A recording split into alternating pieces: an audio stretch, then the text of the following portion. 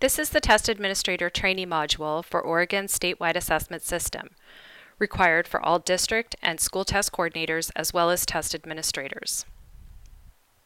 These next sections will provide an overview of the roles and responsibilities for test administrators, student participation in statewide assessments, testing environment requirements, and additional resources. First, the responsibilities of a test administrator are not limited to testing day. Preparation before testing should include providing students with an opportunity to become familiar with the testing format, consulting all relevant documentation for identifying which students to test and which accessibility supports to provide, as well as making arrangements for students who are not testing, such as students who finish earlier than their peers during a testing session. During testing, it is the test administrator's responsibility to ensure students receive the appropriate test and actively monitor students to maintain a secure testing environment. After testing, TAs can check participation reports to monitor student progress and completion of tests. Giving students the opportunity to participate in a training or sample test provides students access to tools, sample test items, and learning about the test environment rules prior to testing day. Providing this to students is best practice and helps in avoiding improprieties.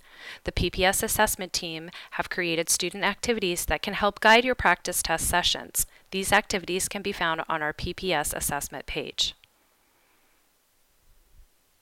It is the STC and the TA's responsibility to review IEPs, 504, and document what supports are being provided during classroom instruction.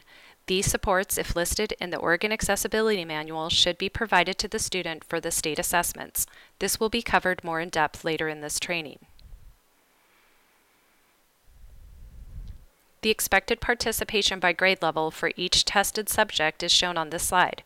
Please note that participation requirements are set by federal or state statute, and a 95% threshold is expected for subject areas, except the English Language Proficiency Assessment, the ELPA summative, where every student meeting the inclusion requirements is expected to participate.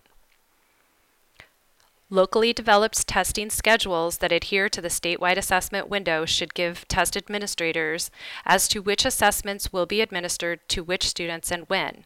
Please communicate and work with your school test coordinator in regards to your school level test window. Prior to testing, TAs must be aware of which supports students will need and that all preparations have been made to ensure those supports are available during testing. Awareness and planning in these areas contribute to increased student participation. Consult Section 2 of the Test Administration Manual, Planning for Test Administration, for more information.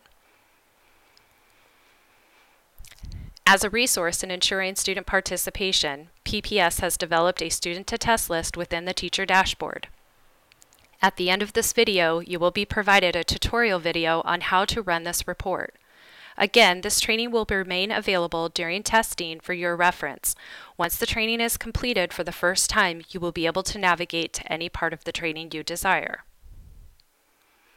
After the trained TA sets up the testing session and students begin testing, those students must be supervised by the TA until the end of the testing session. The testing environment must be quiet and void of distraction. Educational materials posted on the wall must be covered so that students are not provided with an advantage. Students may only have access to the supports from the Oregon Accessibility Manual that are administered according to the rules set out in the manual. Test administrators need to limit their interaction with students to ensure consistency in testing environments across schools and districts. This includes reading the students' directions verbatim, following the TAM and OAM, and never coaching students. To facilitate this limited interaction during testing, it is best practice to prepare students before testing by explaining what will be allowed and what will not be allowed in the testing environment. A secure testing environment will be addressed in more depth in the Test Security Training module.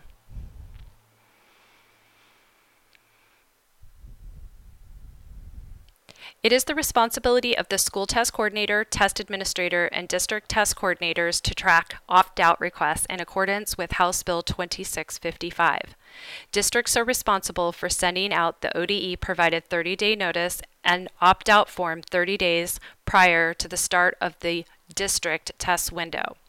Districts are responsible for distributing an annual notice to test at the start of each school year. Both the annual notice and the combined 30-day notice opt-out forms are posted on ODE's website and the PPS assessment webpage. Test administrators are not to provide, distribute, or send the parent opt-out form. School test coordinators and test administrators are responsible to ensuring all opt-out forms received are appropriately documented and ensure these students do not test accidentally. As a reminder, parent requests for exemptions for all other tests, science, social sciences, the ELPA summative, and the kindergarten assessment may only be approved on the basis of a student's disability or religion, inconsistent and compliance with OAR 581-022-1910.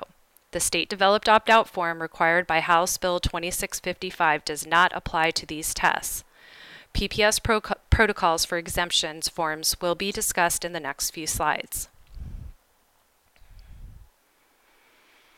Beginning this year, ODE has been very intentional in communicating what district and school staff's role is and is not in the opt-out process. Guidelines can be found on page 40 in the Test Administration Manual. ODE offers the following examples of appropriate and inappropriate communications regarding opt-out rights. The intention is to provide parents the communication regarding their opt-out rights while not having non-adult students subjected to undue influence by educators or staff during working hours. It is appropriate for districts and schools to post the opt-out form on district and school web pages. It is appropriate for district staff to send the notice of testing and opt-out form via email. It is appropriate for adult students to be provided the notice to test and opt-out form after class. It is not appropriate for educators or school staff to provide repeated reminders to non-adult students to submit ODE's opt-out form during working hours. It is not appropriate for repeated reminders to be given over intercoms, assemblies, or within class announcements. Also, it is not appropriate for educators or school staff to encourage non-adult students to submit an opt-out form. The following bullet points has the opt-out process for Portland Public Schools. For any questions regarding our process, please contact your school test coordinator.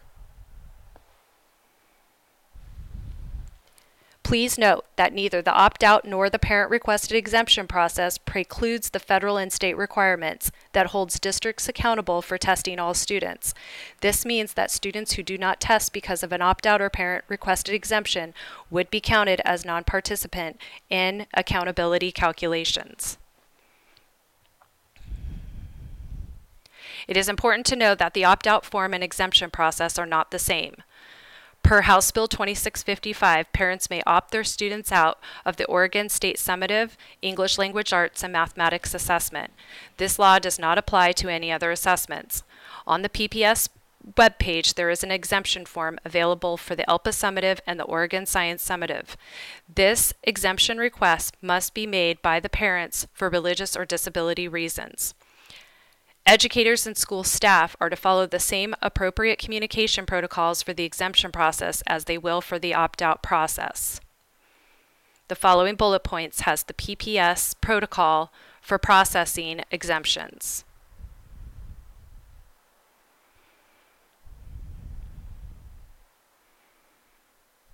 Up next, we will cover test environment.